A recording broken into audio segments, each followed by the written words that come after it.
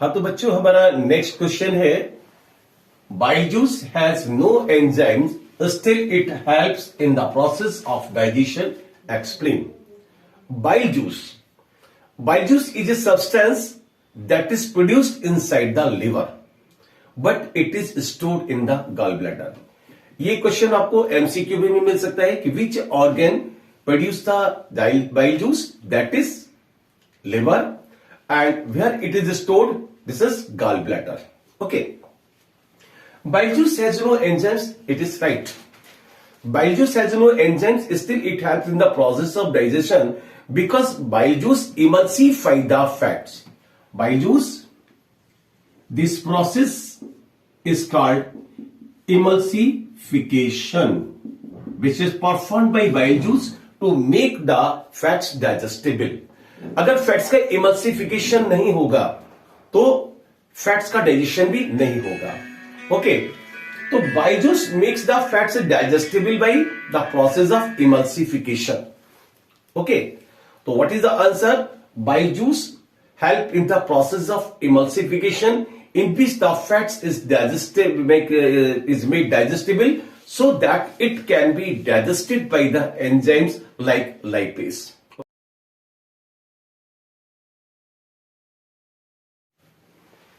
हाँ तो बच्चों next question is explain 10% law with an example. 10% law, this law was given by a scientist Raymond Linde.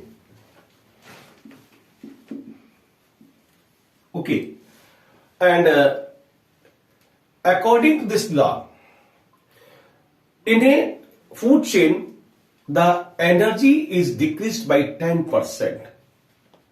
Means at each trophic level only 10% of the total energy is transferred to the next trophic level and rest of the 90% energy is consumed in other activities like in transaction of energy, etc.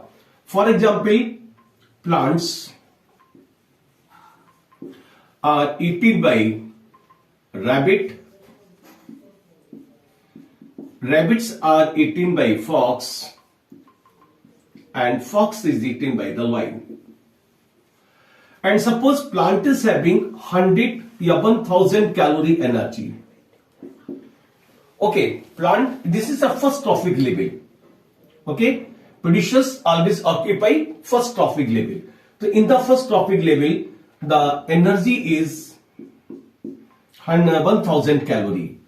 Now this second trophic level, that is the primary consumer, it will get only 100 calorie energy. इसको केवल कितना energy मिलेगा? 100 calorie, यानी 1000 calorie का 10%.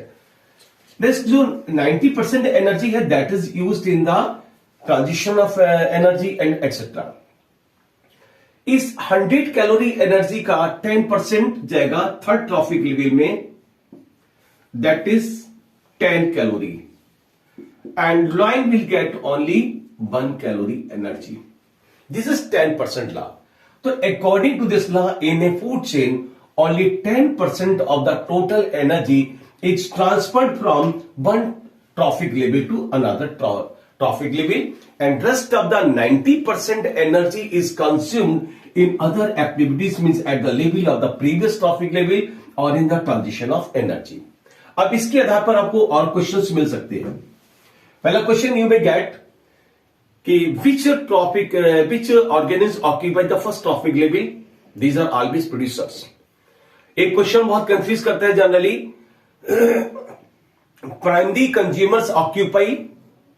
अब you are given the option first trophic level, second trophic level, third trophic level. बच्चे generally इसको क्या लगाते हैं? First trophic level. That is wrong. Primary consumer always occupy second trophic level. Okay, these are primary consumer. तो primary consumer always occupy second trophic level. First trophic level is always occupied by the producers. अब इसमें आपको और questions, बहुत applications इसमें मिलते हैं. Suppose आपको दे दिया जाए that you are giving the energy of any particular trophic level. किसी एक ट्रॉफिक लेवल की आपको एनर्जी दे दी जाए. सपोज आपसे कहा जाए rabbit is having 500 calorie energy. Okay, this trophic level is having 500 calorie energy. अब आपसे पूछा जाए कि फॉक्स को कितनी एनर्जी मिलेगी और प्लांट्स को कितनी एनर्जी मिलेगी।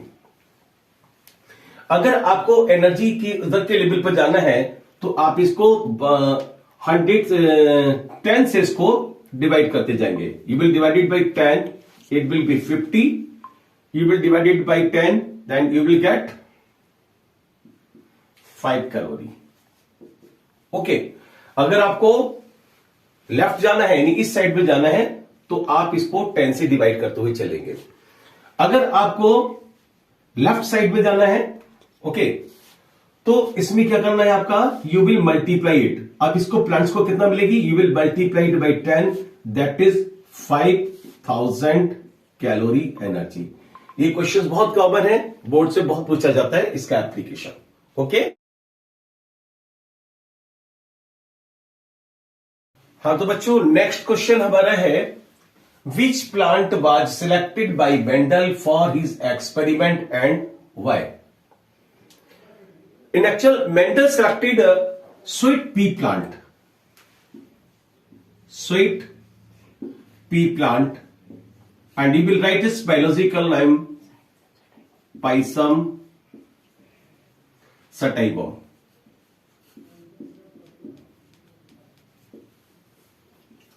बायोलॉजिकल नेम में एक चीज याद रखिए कि अपना इसका जो जेनेरिक नेम, जो फर्स्ट नेम है it should be written by capital letter, और जो इसका सेकंड नेम है that is the specific name, it should be written by small letter. Okay, so its scientific name is Pisum sativum. This is a sweet pea that was selected by Mendel for his experiment. Now, why did he select this plant? इसके 3 reason थे। Number 1, this plant has a number of pair of contrasting character. इस plant में लगभग 7 के आसपास pair of contrasting character थे। It has a number of pair of contrasting characters like a tall and dwarf stem,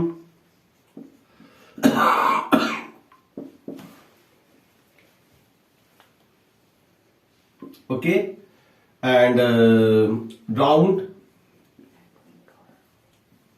and wrinkled seeds,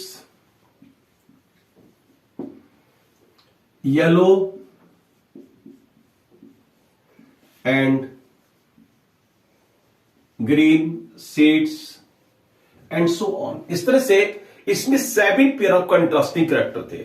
generally क्या होता है कि किसी भी प्लांट्स में एक पर्टिकुलर कैरेक्टर मिलेगा, अगर उसके सारे स्टेम या तो इसके एक पर्टिकुलर प्लांट के सभी प्लांट के स्टेम या तो टॉल होंगे या डॉर्फ होंगे, सीड्स उनका राउंड होगा या रिंकल्ड होगा, लेकिन यहां पर 2 कैरेक्टर्स मिले थे जिससे मेंडल को एक्सपेरिमेंट करने में आसानी हो गई। दूसरा क्या रीजन है, it matures earlier.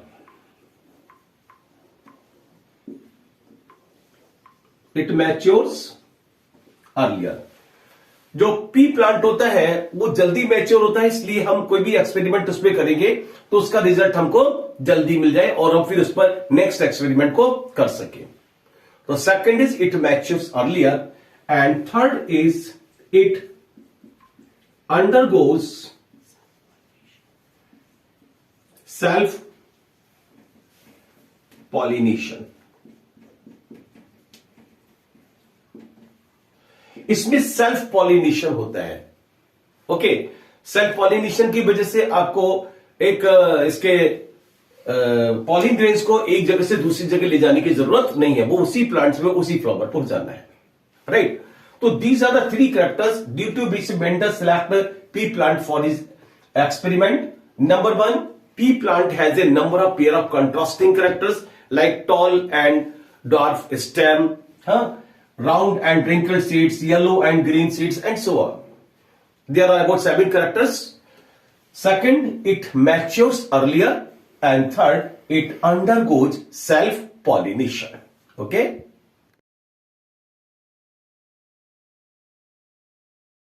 Next question, what would happen if all the carnivores are removed from an ecosystem? अगर किसी एक इकोसिस्टम से या अर्थ से सारे के सारे कार्निवोर्स अगर रिमूव हो जाए, लुप्त हो जाए, एक्सटिंक्ट हो जाए तो क्या होगा, है ना? तो इस केस में क्या होगा, अगर सारे कार्निवोर्स खत्म हो जाते हैं, इस केस में the number of herbivores will increase, okay, and these herbivores will eat all the vegetation present on the earth on that particular system.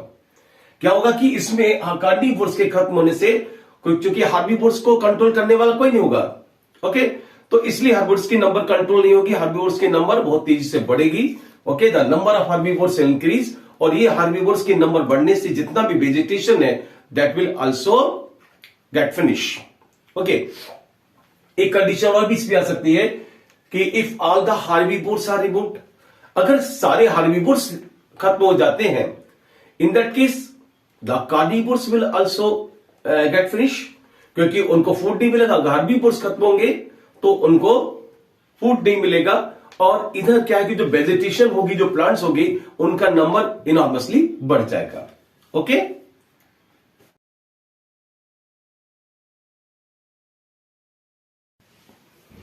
हाँ तो बच्चों, next question, which animals have 4 chambered heart and why? बच्चों, the birds and mammals, all the birds and mammals have 4 chambered heart. And why do they have 4 chambered heart? उनके 4 chambered heart क्यों होता है? Chamber क्या होते हैं? Human body, human heart में बच्चों दो, there are 2 auricles and 2 ventricles. Upper chamber को हम बोलते हैं ऑरिकल्स और एट्रियम, और नीचे वाले चैम्बर्स को बोलते हैं वेंट्रिकल। तो ह्यूमन हार्ट में ऊपर 2 चैम्बर होते हैं जिनको बोलते हैं हम ऑरिकल्स, नीचे 2 वेंट्रिकल्स, इसलिए कहलाता 4 चैम्बर्ड हार्ट। अब इसका रीजन क्या है? इन एक्चुअल बर्ड्स है and mammals are warm blooded animal. ये कैसे एनिमल है? Warm blooded animal. Warm blooded means the animals in which the body temperature remain constant, it doesn't change according to the surrounding temperature.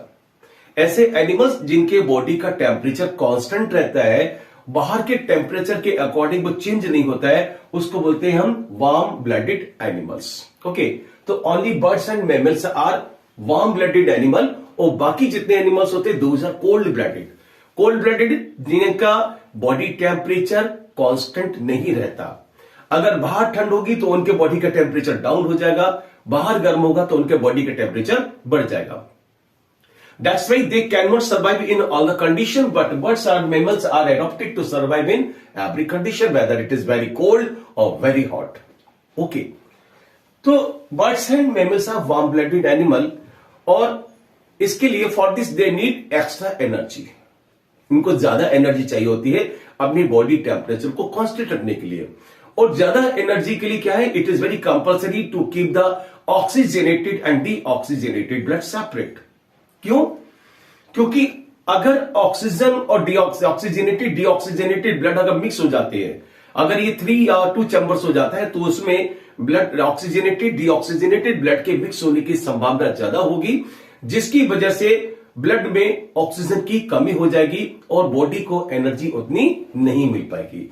तो birds and mammals have 4 chambered heart because being warm-blooded warm-blooded animals, they need extra energy to maintain their body temperature constant. For this, they need extra energy, and in order to get energy, it is compulsory to keep the oxygenated and deoxygenated blood separate. Okay? Thank you.